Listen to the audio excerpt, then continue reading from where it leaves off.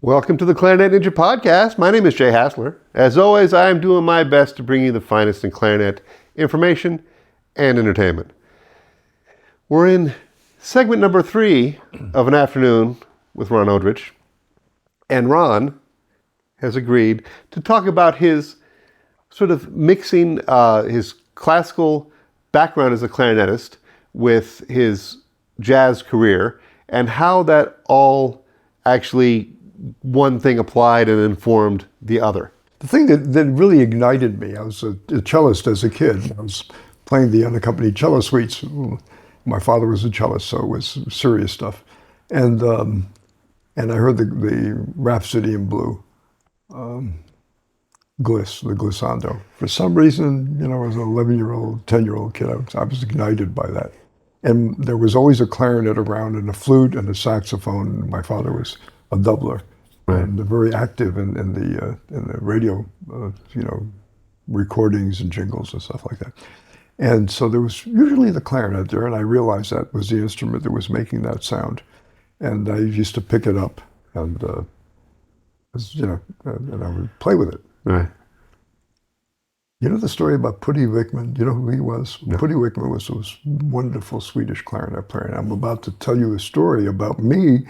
And every time I do, I think about him. Buddy was a wonderful, wonderful swing bebop clarinetist for many, many years. And among clarinetists, he ranked very, very highly. Played classical, got a beautiful sound.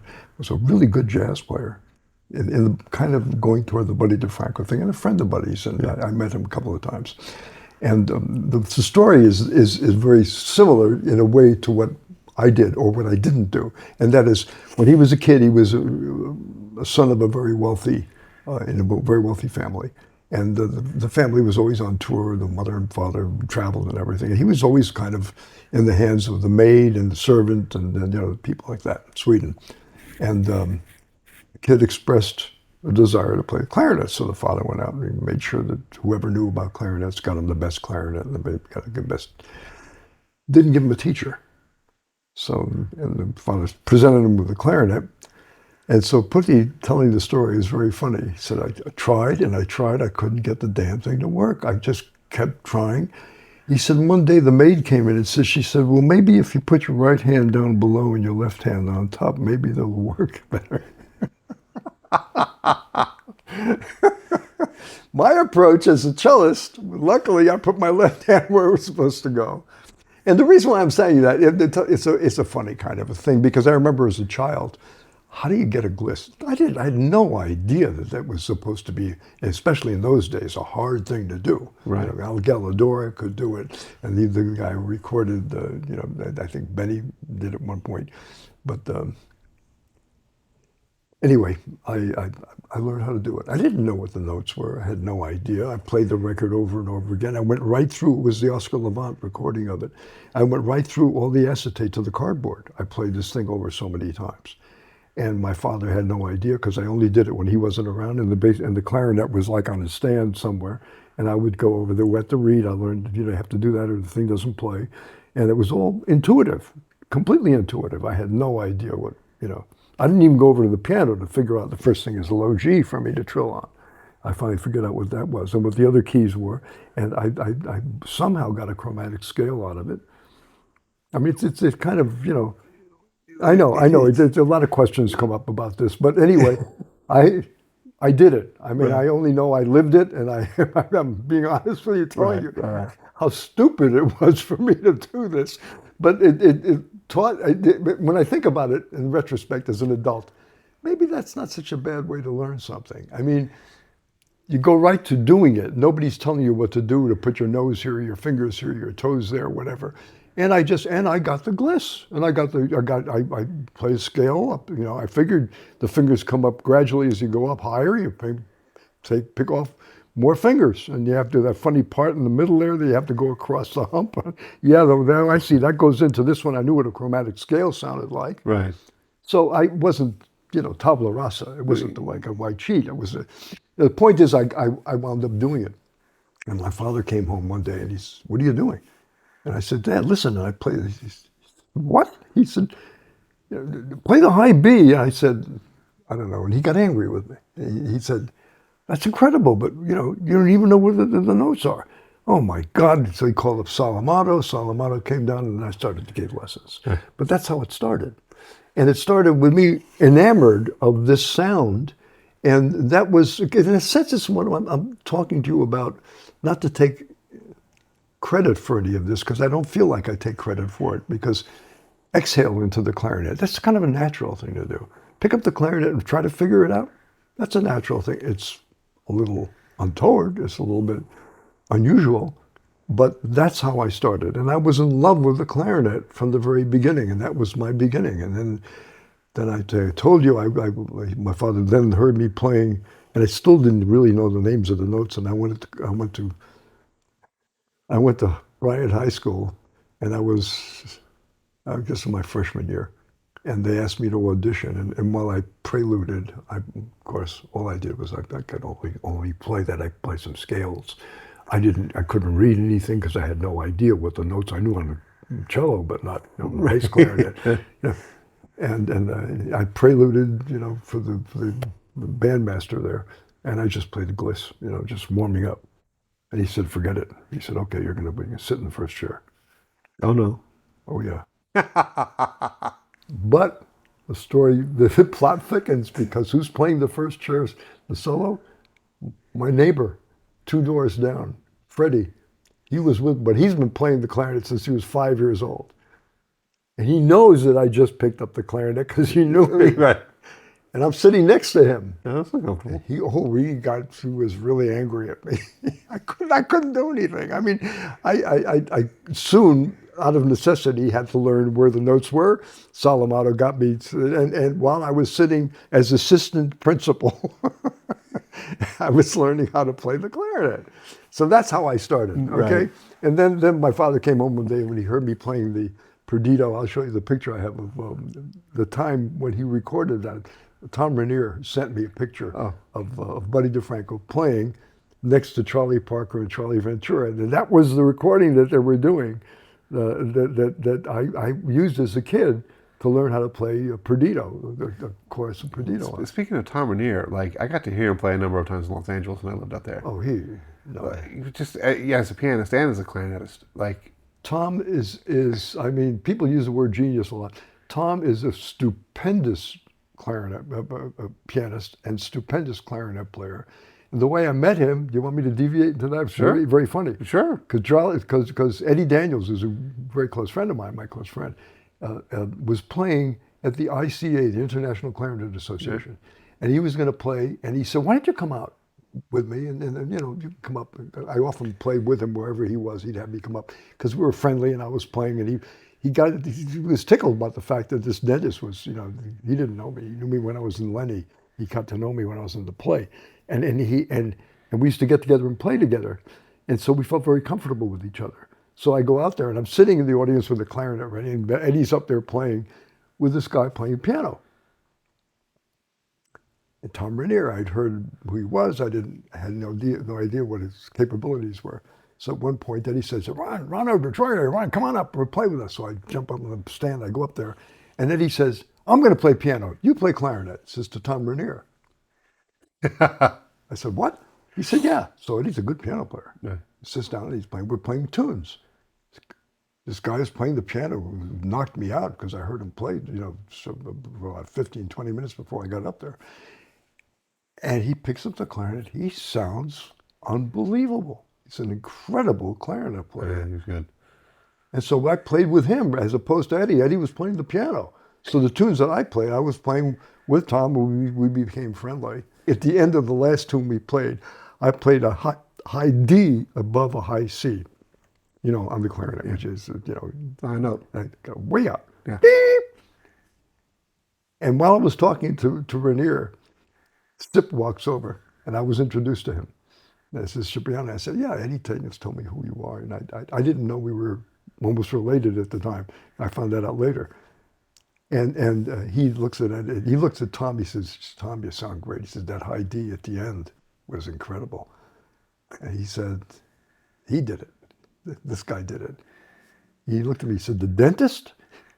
Because somebody had told him, what Sip did? He goes, "Ah." and he walked away. He's a very funny guy. I mean, I never met him, but I've heard he's only a very, things like very that, yeah. funny guy. Wonderful guy. They were wonderful. Tom has been a friend, and he's a stupendous talent. I mean, I can't imagine. He's a wonderful, wonderful piano player, wonderful writer and arranger, a phenomenal musician. Plays the hell out of the clarinet and the saxophone. He's an incredibly talented guy. He really is.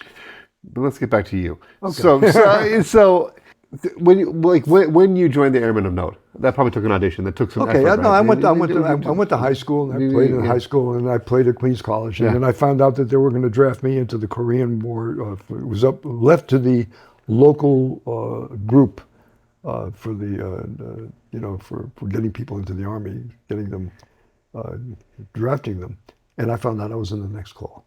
And it was up to the local group, and the local group in Astoria didn't like the kids in college, because most of the college kids were exempt from the draft at that time. Right. But this particular lady was not. I went down and spoke with them. And they said, no, you're in the next call. So I started to figure out, what am I going to do? I don't want to go there. So I auditioned for the West Point band, and I got to know the guy who was a classmate of my father's at Yale. And he wrote me a note recommending me to the Army base in Brooklyn, Fort. I used to remember the name of it, but I have a good reason for blocking it. Anyway, that's too bad a story. I won't go into it. I auditioned for it, and I passed the audition, but I didn't wind up there. I wound up with the Airmen of Note, and I went down. I had been studying with Abato at that time, as I said, from Amato to Abato, then to down to Marcellus. So in 1950, I went down to Marcellus, and I was playing with a quintet attached to the band, to the Airmen of Note. Right. And so I spent 3 years down there practicing 3 to 4 or 5 hours a day, sometimes with rehearsals, and I got a really good, solid foundation with Bob Marcellus, and we became very friendly. I used to go down to hear him at Constitution Hall all the time, and was very impressed with him as a teacher. He was an interesting guy. I mean, he never went to college. You know, he came out of at 17. He was down. He was playing second clarinet in the symphony, National Symphony. Then he went for several years into the Air Force. And he played where I wound up going at Bowling Air Force Base. And he became principal when he was 18. So he was this young guy. I was, by that time, it was in 50s. He was 3 years older than I was, so he was about 21. And I studied with him for that period of time, became very friendly with him. And he's the guy who introduced me, as I said before, to Bernard and to the whole list of great teachers and the great players. And it opened up a whole world for me. And I really fell in love with that whole thing. But I always wanted to be a dentist through that whole period. You know, we've talked a lot. The thing I've never quite gotten you to talk about, the specific way in which you were able to become conversant, more than conversant, in jazz. Well, you know, it really goes back, I'll talk about it. It really goes back to that Buddy DeFranco thing. I mean, I heard Buddy play and Perdido. I knew that's what I wanted to do. And I knew that this is what I wanted to do. As a matter of fact, it's very telling. My father took me down to Birdland when I was a kid, and because Buddy was playing with George Shearing at the time, and the pianist, and they had a quintet, and I sat in the little bleachers there, and I was introduced to Buddy DeFranco. And Buddy was one of the nicest, sweetest, gentlest, wonderful people you could ever have. As a friend and a teacher, he was wonderful. He was absolutely wonderful. I'll never forget the first words out of his mouth. My father took me backstage after they played a set, and I remember, you know, I was a kid. I mean, it was, 12, 13 years old. And, you know, kind of obstreperous. And what I said to DeFranco was when I met him, and he said, "Oh, you're a clarinet player." My father said, "Yeah, he plays your chorus on Perdido." He said, "Really, you do that?" I said, "Yeah." He said, and he said, that's great. And I said, "I'm kind of disappointed." And so he said, "What do you mean?" I said, "I wanted to be the first bebop clarinet player." He said, "I just heard you play." He said, "What are you, crazy? Don't be silly." He said, "There's a lot of room up here for another clarinet player." He said, "I'll help you if you like." And I said, would you do that? And he came over to the house and we had dinner together and he became a friend and a teacher. And that's how I got involved with making no transition. I mean, I was not even really, I was playing a lot of clarinet and playing a lot of jazz things, strictly by ear and with some basic knowledge of chord changes. And I was a pretty good Buddy DeFranco, imitator. And so I used to get by on a lot of that. I mean, you probably remember this. We played together once. I was in a band, and you and Lou Soloff we had Horace Mann, just around the corner. Oh yeah, sure. You were in that band? Well, I mean, whatever. It was just like that one day thing. We're going to do this thing, and there was a chart that had like this big alto solo. You know, and I was like, yeah, I'm not doing that. I'm not playing these changes. I mean, there you and Lou Soloff standing there like, I'm not playing changes. Like I could do that, but there's no point in me doing this. And you said, oh yeah, and like without any music, without any without really much of a chart, you just played the whole thing. And you did it with like a lot of ease, and it wasn't something that you could have prepared for because none of us had any idea what was going to happen that day. Mm-hmm. And like that kind of skill comes from obviously something other than just like being able to imitate Buddy DeFranco, because like the amount of information you're taking in, processing, and giving, some great voice leading, and that doesn't. I remember that. I remember that incident now that you talk about it, because when I stood up and took it wound up in A flat, and I kind of fumbled my way through it. I don't. That's when you're going to remember. I don't recall that. I just remember you sounding great. Yeah. I don't remember any fumbling. Yeah. But I'm going to just stick with my story. But but I like your story better. but what's funny is that's such a departure from learning clarinet from any of the people that you learned clarinet from. Like, well, I mean, you probably learned clarinet from Buddy DeFranco as well. But I'm just saying that I can't quite put those pieces together of the time and effort that it takes, even if you love it, like to be able to play jazz in the way that you do. Yeah, but once again, the way I learned how to play the clarinet to begin with is indicative of the way I learned anything. And if I heard a phrase on the radio, I could play it. So I was learning by imitating, and I could hear what the changes were. And if you stopped me in the middle, I could tell you it was an E minor 7. Going to A minor 7, but whatever, it was not. That was not an obstacle part of what I was doing. Interesting. Okay. It was just a natural. Do you have perfect pitch? Depending on how often I play the clarinet. Okay. If I hear a horn, if I know I have perfect pitch because I go over to the piano and I check myself. Right. Yeah, I can hear the pitches and I know what they are. But I wouldn't say perfect pitch. I mean, if you woke me up in the middle of the night and say, sing a C sharp, I don't think I could do it. I could come close maybe. But no, I have a very good relative pitch. And it really depends on how long I have the corn in my mouth. Because, when I hear a sound, my finger goes to the note on the clarinet. I've got your pitch, your relative pitch is better than mine, but I know that same experience. When I'm playing the clarinet and somebody plays a note, I know what it is. Yeah.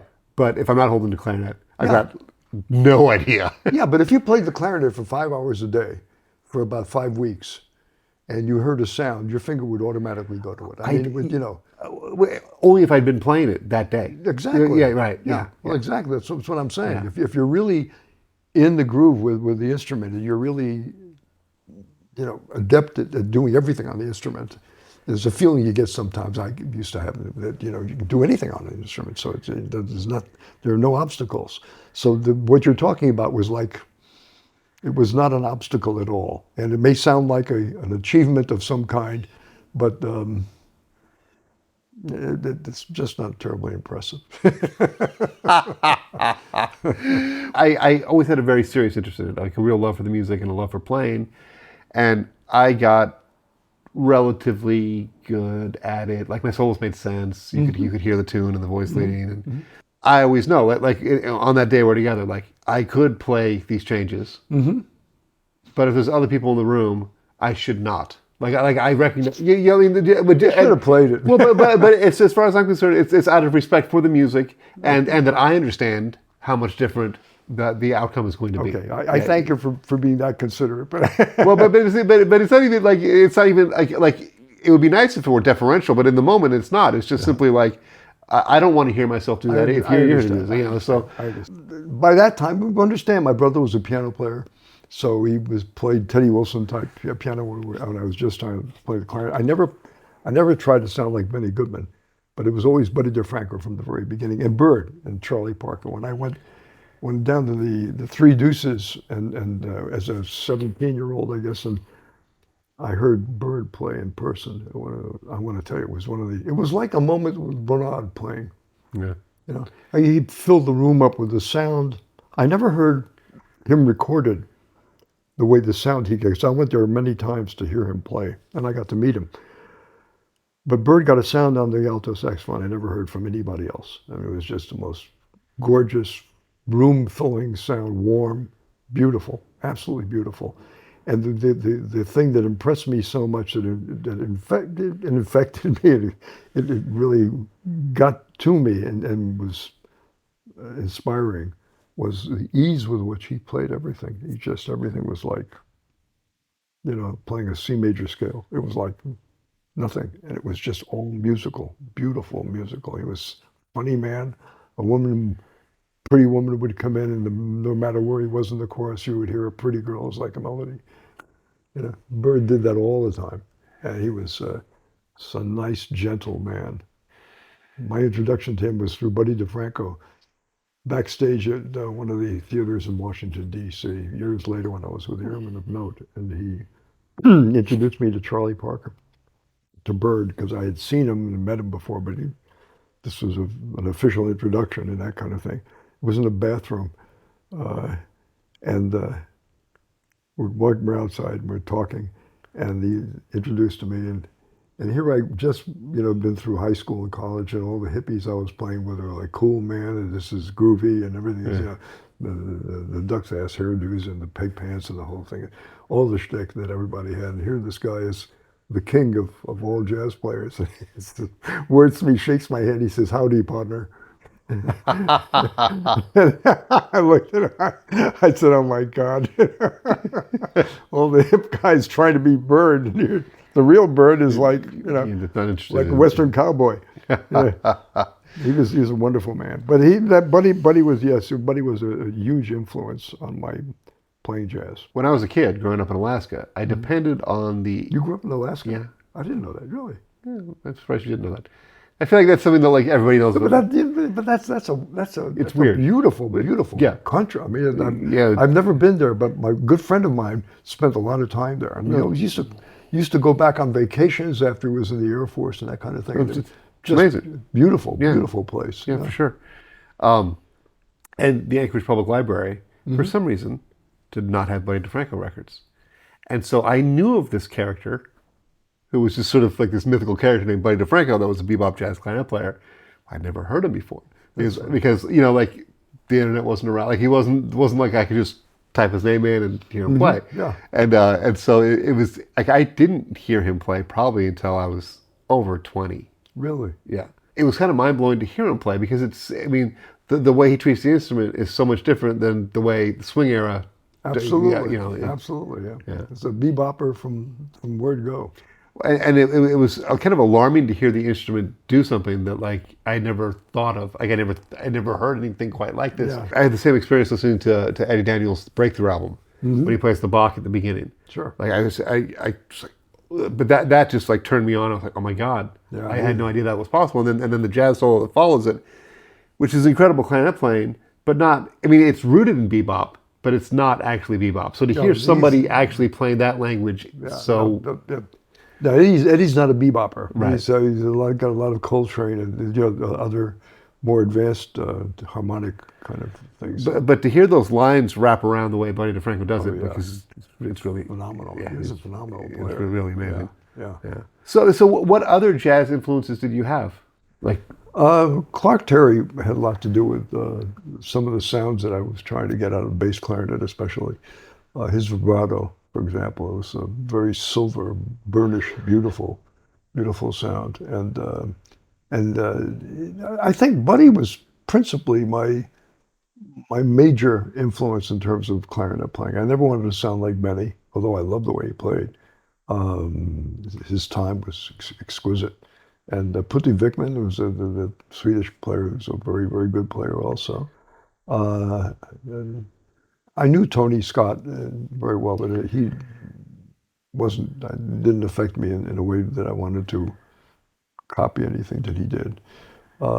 Eddie was a very big influence on me, and just to hear what he was capable of doing, Right. and playing on the instrument, it was like no holds barred, no limitations, and whatever key, whatever tempo you want. The thing that used to kill me with Eddie when he lived in New York is he would be playing somewhere, or I would be playing somewhere, and we would play together. And he did a thing like on, what was it, Donnelly? Yeah, up really fast. And he would stop the rhythm section and play 5 choruses with time that was absolutely perfect, and not mechanical at all. Right. Where the one came down once in a while, a little bit late and a little bit early, but it was always under control. And you always knew where he was, and he would play, the most creative kind of combinations. And the wonderful part about Eddie, because a lot of people get into that groove, are very formulaic, and they get into a pentatonic scales of different origins and modal playing. And you hear these things that are being run in back and forth. You never get that with Eddie. Eddie is always, you really don't know where he's going to go. I fear saying this because I don't feel like I'm an expert in it, but like there's a lot of times where I hear people play, and I call it hyper diminished, where it could almost go over any tune. Yeah. Right? But Eddie doesn't play that way. No. And to me that's like a huge distinction. Yeah, exactly what you're what you're saying is right on the money. Yeah, there are a lot of people who just, as I said before, I think the word is formulaic, because you know that they know all the different pentatonic scales and all the alternative things, and then you hear the same, and people that are revered. Eric Dolphy did this all the time. Coltrane, later Coltrane was, and they were sensational players, but they never spoke to me anyway. This is a very personal thing. Sure. I'm not putting them down. I think those are phenomenal players. But yeah, but you don't get that with Eddie. With Eddie, you get something that's musical and that is really very supportive of a kind of creativity. And as you said, it's not like you could superimpose this on anything. Right. It's just that he's playing within. And as a matter of fact, we had a conversation. He was sitting right where I'm sitting when I was playing for him when he was up in New York a couple of months ago.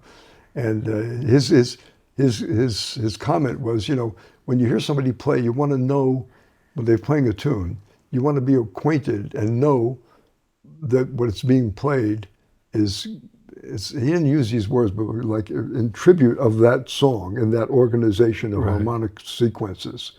And if you don't get that, then you're not playing the song. What are you doing? Right. Yeah. Why bother? Right. He's very musical, Eddie. He's phenomenal. Yeah, he's been an influence.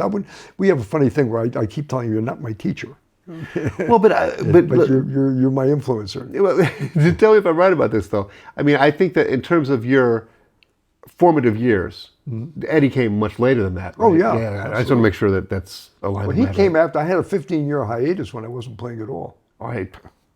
Yeah. I had no idea about this. Yeah, I just didn't play the clarinet anymore. I was busy doing other stuff. I was playing the clarinet. I mean, I was lecturing in Italy for 28 years, and I used to go over there for 2 weeks at a time, 3 times a year, and I would always bring my clarinet. And they knew I played, and so I played in all the jazz clubs that they had there, and I actually ran into Tony Scott there a couple of times.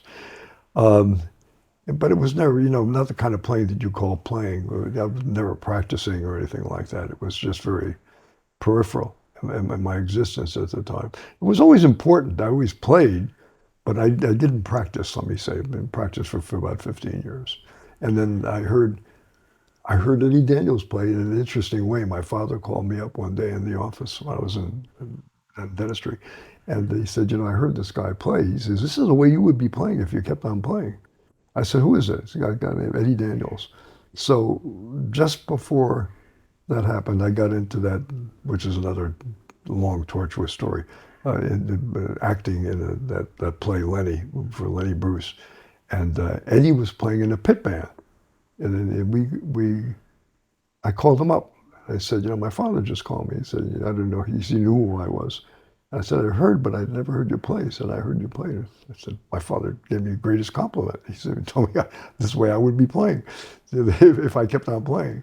I said, so you're kind of a challenge. So we met. I got a bottle of Bordeaux, and I went up and met him. He was living on the west side. And we sat down and played clarinet together for a while. And we got to be very close friends that way. And he's a wonderful guy. We have a lot of fun. Excellent. Stick around. Yeah. We got one more set of things I want to talk to you about. Okay. But as for our audience, thank you for joining us at the Clarinet Ninja podcast. If you are an adult clarinet player looking to up your game, the Clarinet Ninja Dojo is for you. No matter what your level, if you're coming back after a long layoff of perhaps 40 years or more, or you're just starting up fresh for the first time, the Clarinet Ninja Dojo is for you. Oh, and by the way, if you've been playing very seriously for a number of years and are looking for a place that has some more challenge, there's also a separate part of the dojo for you. So no matter what, if you're an adult clarinet player that wants to get better at the clarinet, check out the Clarinet Ninja Dojo. It's in the show notes or the description, depending on how you're watching or listening to this. Please, no matter what you're listening on, like, subscribe, leave a comment. We'll get back to you. Probably me, maybe Ron. We'll see. Anyway, we'll see you next time on the Clarinet Ninja podcast.